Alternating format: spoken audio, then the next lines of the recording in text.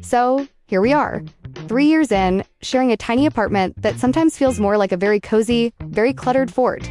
We've got the same Netflix password, of course, and plot twist we still actually like each other. Crazy, right? We figured we'd just coast through this viral compatibility quiz that the internet's been raving about. The one they say is brutally honest. You know, just for kicks, maybe confirm what we already suspected, that we're basically soulmates. Spoiler alert, the quiz, as it turns out, had some very different plans for us. Now, when we say quiz, we don't mean a quick tap on a phone screen. Oh no, we went old school. We printed the whole thing out on actual paper. Why? Well, partially because there's something undeniably official about handwriting. Like you're signing a very important, very silly contract. But mostly, we lost the iPad charger again. Classic us. The rules were simple, or so we thought. 20 questions. Each with 2 parts for our individual answers. Absolutely no peeking at what the other person wrote. The stakes? Surprisingly high for a Tuesday night. If we matched on a question, we'd celebrate with a triumphant eye. If we didn't, the person who got it wrong, and trust me, there was a lot of debate about what constituted wrong, was sentenced to dish duty for an entire week. And let me tell you, when you've just finished a magnificent lasagna, those pans are no joke. The future of clean kitchenware, and potentially our relationship, hung precariously in the balance.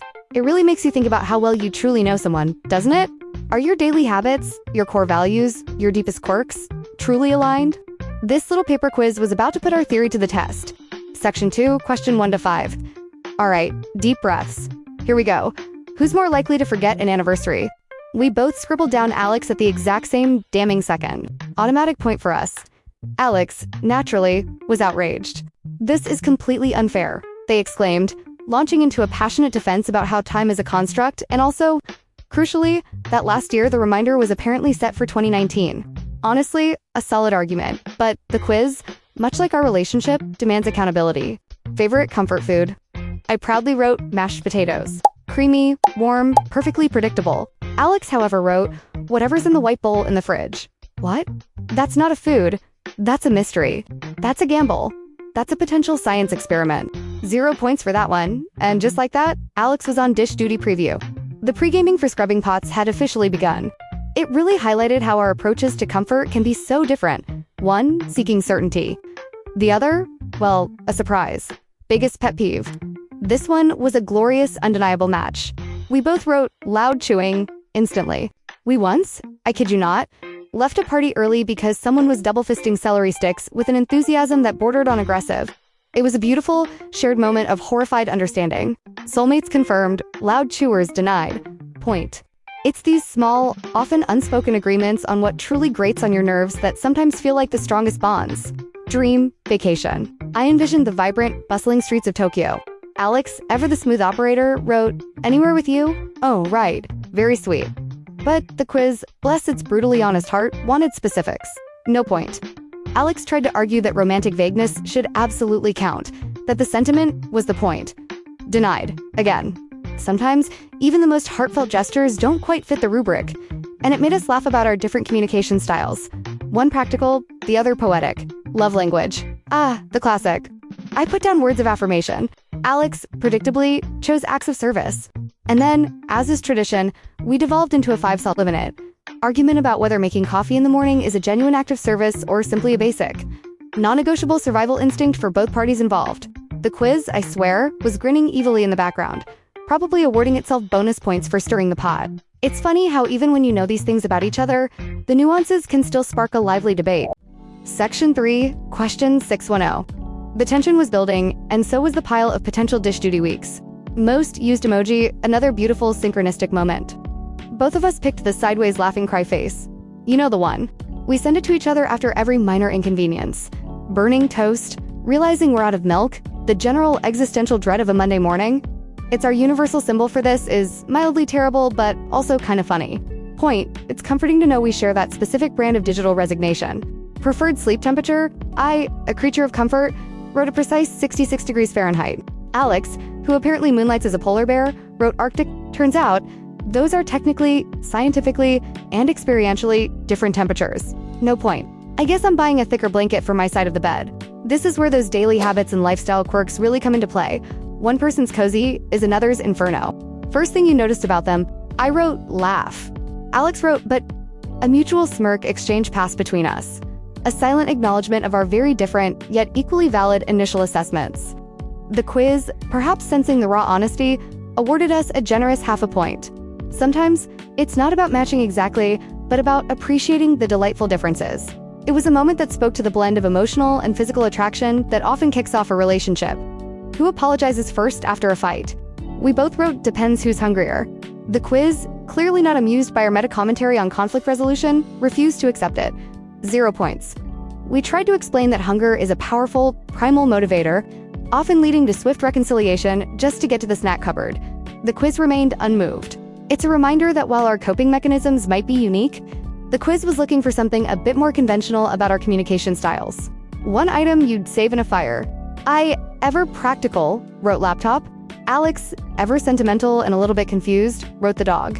We then had a rather intense moral crisis, realizing that the dog, while incredibly beloved, is technically not an item. Does the quiz expect us to not save the dog? This felt like a trick question designed to expose our deepest values and priorities. No point. The existential dread of hypothetical house fires lingered. This particular question really highlighted the difference in our immediate, instinctive values. Section 4, question 1115. The scoreboard was getting interesting, and the dish pile was growing in our minds. Favorite movie genre? Finally, a slam dunk. Both of us wrote bad 90s rom-coms, full point. We celebrated by immediately launching into a highly annoying, but deeply satisfying back-and-forth quoting session from You've Got Mail, until one of us, usually Alex, begged for mercy. It's those shared, slightly embarrassing, cultural touchstones that really make a relationship feel right. We can binge-watch Sleepless in Seattle any day. Biggest insecurity. This one took a turn.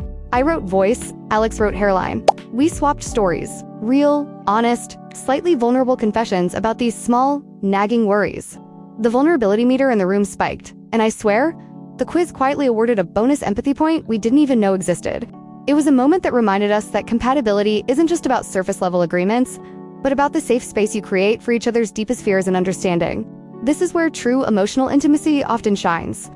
Who is more extroverted? Another perfectly symmetrical, perfectly self-deprecating match. We both wrote, definitely not me. Paradox achieved. The quiz, sensing our mutual desire to stay home and order takeout, simply laughed, I imagine, and gave us 0. We're both happy being the homebody. Ideal Friday night. I wrote board games.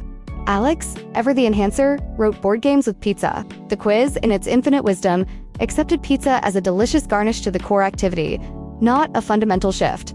1 point. Shared interests, with a little room for personal flair, apparently counts. It speaks to our lifestyle compatibility, a shared desire for cozy evenings and what instantly kills the mood. Oh, this was an easy one. Both of us wrote phone notifications, match. We now have a sacred ritual of placing our devices in the kitchen at night, like they're grounded teenagers. Nothing ruins a quiet moment faster than a buzzing phone demanding attention. Point.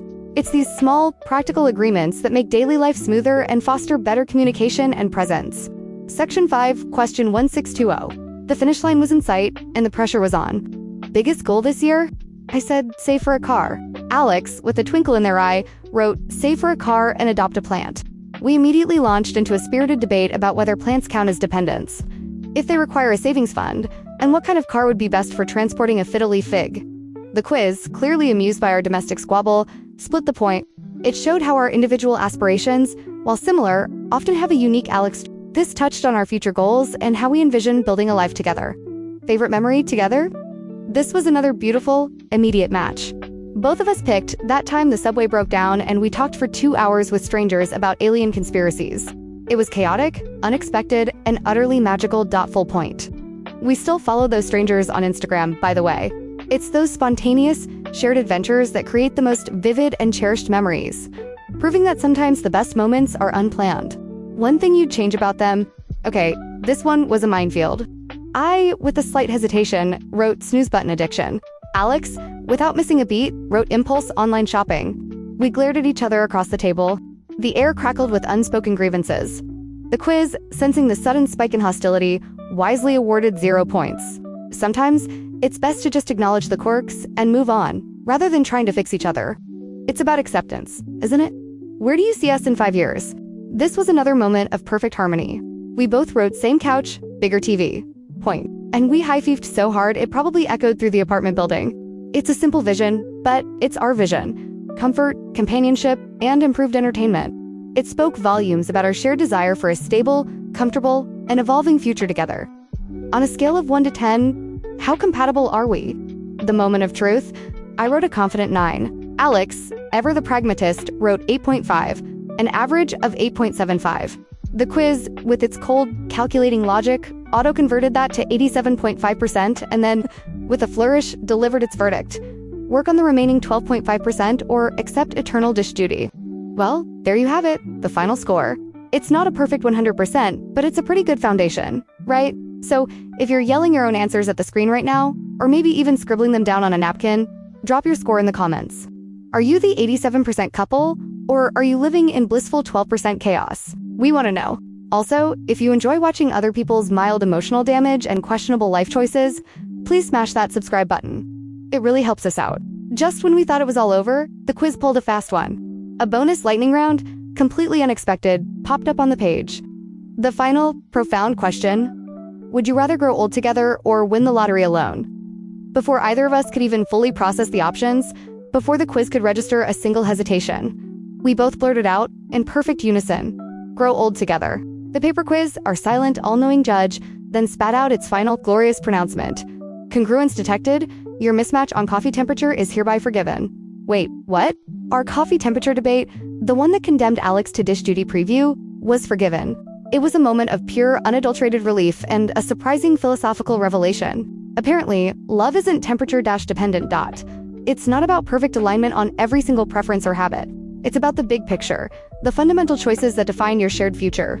It's about those deeper, often subconscious, elements of compatibility that truly matter, far beyond whether someone likes their bedroom Arctic or not. Science, I tell you. The truth is, we walked into this whole thing a little cocky, a little too sure of ourselves. We walked out slightly humbled, yes, but also weirdly, wonderfully closer. It wasn't about getting a perfect score, or even about winning the dish duty battle. It was about the conversations that sparked between us, the little insights we gained,